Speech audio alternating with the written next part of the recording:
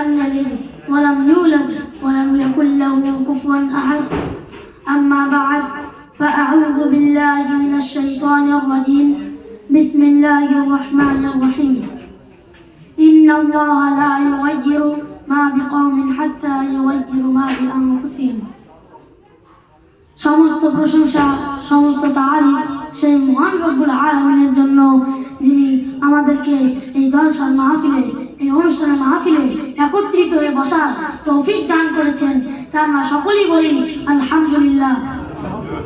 তারপরে আমাদের নবী তথা সারা বিশ্বের নবী হযরত মুহাম্মদ সাল্লাল্লাহু আলাইহি ওয়াসাল্লামের উপর লাখো কোটি শান্তির ধারা বর্ষিত হোক তা আমরা সকলেই বলি আল্লাহুম্মা সাল্লি আলাইহি আল্লাহুম্মা বারিক আলাইহি।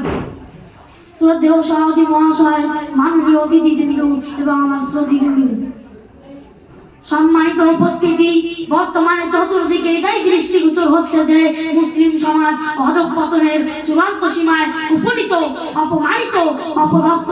যে মুসলিম সমাজ একদিন স্বয়নের শিখরে আরোহিত ছিল, উন্নতি ছিল, সম্মান ও পদমর্যাদায় পুরা বিশ্বে ছিল তাদের প্রভাব ও প্রতিপত্তি, দুনিয়া ছিল তাদেরকে শিক্ষা ও সভ্যতা দ্বারা প্রভাবিত। ইউরোপের ধর্মীয় ইতিহাসে ইসলামের বুদ্ধি বৃত্তির প্রভাবের অনেক নমুনা ও দৃষ্টান্ত ইতিহাসের পাতায় বর্তমান। স্বয়ং মার্কিন লুথার কিং এর বিখ্যাত সংস্কারমূলক আন্দোলন ও তার অনেক ত্রুটি বিচ্যুতি থাকা সত্ত্বেও ইসলাম দ্বারা প্রভাবিত ছিল। কেবল ধর্মই নয়, বরং ইউরোপের সমগ্র জীবন ও এর সভ্যতা সংস্কৃতি দ্বারা প্রভাবিত ছিল। এক কথায় মহানবী মুহাম্মদ সাল্লাল্লাহু আলাইহি ওয়াসাল্লামের নবুয়ত প্রাপ্ত হওয়ার এবং ইসলামের আবির্ভাবের পর সভ্য দুনিয়ার কোনো ধর্মই ও কোনো সভ্যতাই এ দাবি করতে পারে না যে তারা মুসলিম, ইসলাম ও মুসলমানদের দ্বারা প্রভাবিত হয়নি। কিন্তু বর্তমানে একবার কলমে স্পষ্ট হয়ে যায় যে এই মুসলিম সমাজের উপর নেমে এসেছে এক চরম বিপর্যয়। তারা আজ বিপন্ন, সারা বিশ্বে অসহায়ভাবে শোষিত ও নিষ্পেষিত। ফিলিস্তিনের অবস্থা দেখুন, যার প্রথমে দ্বিতীয় খলিফা উমর রাদিয়াল্লাহু আনহু এবং পরে সালাউদ্দিন আইয়ুবী ইহুদিদের পরাজিত করে বিশুদ্ধ ইসলামী রাজত্ব প্রতিষ্ঠা করেছিলেন। তারপর মুসলমানরা পরাক্রান্ত ছিল, তার রাজত্বের ক্ষমতা মুসলমানদের হাতে। কিন্তু আজ ওই দেশের উপরে ইহুদি প্রতিপত্তিশালী এবং মুসলমানরা তাদের হাতে আক্রান্ত, নির্যাতিত, অত্যাচারিত। নিষ্পাপ শিশুরা হচ্ছে মাহারা, তাদের মাথার উপর থেকে উড়ে হচ্ছে বাবার ছায়া। অনেকেই হচ্ছে স্বামী হারা, আর অনেকেই হচ্ছে সঙ্গী হারা। সম্মানিত উপস্থিতি, বেশি দূরে নয় বরং ভারতের প্রতি দৃষ্টি দিন, যে ভারতকে ইংরেজ সাম্রাজ্যের দাসত্ব থেকে মুক্ত করার জন্য প্রাণ বিসর্জন করে দিয়েছেন।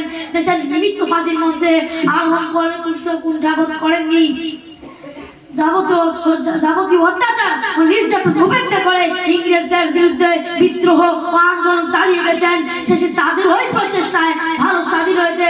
কিন্তু আজ ওই ভারতে মুসলমানদের প্রাপ্য দেওয়া হয় না, বঞ্চিত রাখা তাদের অধিকার থেকে উপরন্তু তাদের অভিহিত করা হয় সন্ত্রাসবাদী বলে।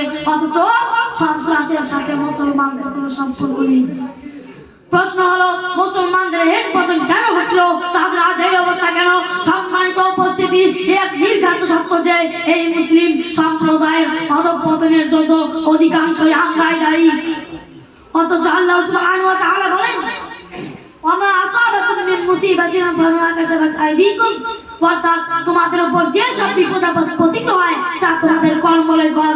অর্থাৎ আমরা যদি আমাদের নিজেদের মধ্যে গভীরভাবে চিন্তা করি তাহলে দিবালোকের ন্যায় স্পষ্ট হয়ে যাবে যে এমন কোনো অশ্লীলতা ও এমন কোনো দুষ্কৃতি নেই যা আমাদের মধ্যে পাওয়া যায় না। প্রথমেই আমরা কোরআন ত্যাগ করেছি, তার আদেশ ও নির্দেশ অনুযায়ী কাজ করি না। নবী সাল্লাল্লাহু আলাইহি ওয়াসাল্লামের নির্দেশগুলির যথার্থ বাস্তবায়ন করি না। আল্লাহ ও নবী রাসূলকে বিস্মৃত হয়েছি, ভুলে গিয়েছি। আমাদের হৃদয় হতে উঠে গিয়েছে হালাল ও হারামের পার্থক্য। যাবতীয় কুসংস্কার, কুব্যবহার ও কুপ্রথার কালো মেঘে অন্ধকার আচ্ছন্ন হয়ে পড়েছে। ইতিহাস প্রমাণ দেয় যে যতদিন পর্যন্ত মুসলিম জাতি কুরআন ও হাদিসের অমীয় বাণীকে আঁকড়ে ধরে থেকেছে, তাদের অনুসরণ ও অনুকরণ করেছে, ততদিন পর্যন্ত মুসলিম জাতির ধরা পৃষ্ঠে পদমর্যাদা থেকেছে। আর এই কারণেই তো মুসলিম জাতিকে সর্বোত্তম ও সর্বোৎকৃষ্ট সম্প্রদায় বলে অভিহিত করা হয়েছে।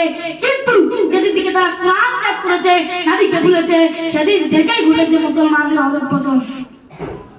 অথচ আল্লাহ সুবহানাহু ওয়া তাআলা কুরআন সম্পর্কে বলেছেন, ইয়া আইয়ুহান নাসু ক্বাদ জাআতকুম মাও'ইযাতুম মির রাব্বিকুম ওয়া শিফাউন লিমা ফিস সুদুরি ওয়া হুদাম ওয়া রাহমাতুল লিল মুমিনিন।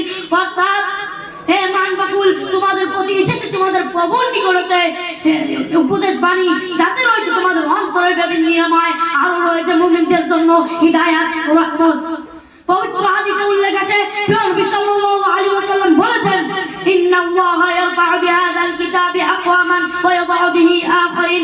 অর্থাৎ নিশ্চয় আল্লাহ তাআলা কিছু সংখ্যক লোককে এই কোরআন অর্থাৎ কোরআন দ্বারা মর্যাদা দান করেছেন এবং কিছু সংখ্যক লোককে এর অবমাননার কারণে অপদস্থ করেছেন।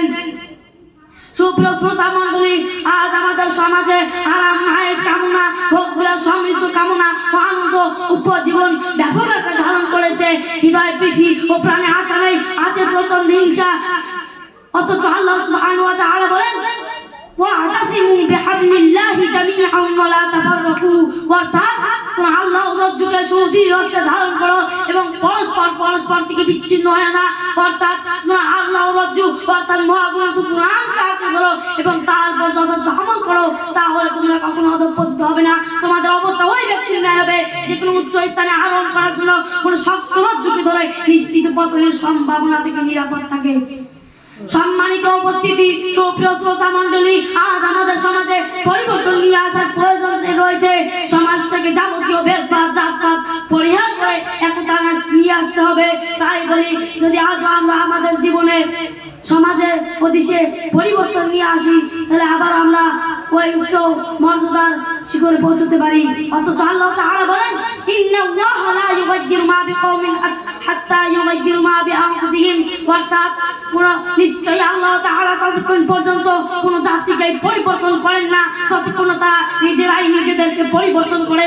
অর্থাৎ কোনো জাতির জীবনে কল্যাণকর বিপ্লব ততক্ষণ পর্যন্ত আসে না যতক্ষণ তারা এই বিপ্লবের জন্য নিজেদেরকে সংশোধন করে নিজেরা তার যোগ্য করে নেয়। তাই বলি, যদি আজ আমরা আমাদেরকে পরিবর্তন নিয়ে আসি, তাহলে আবারও আমরা পূর্বপুরুষরার মতো পৌঁছে যাব।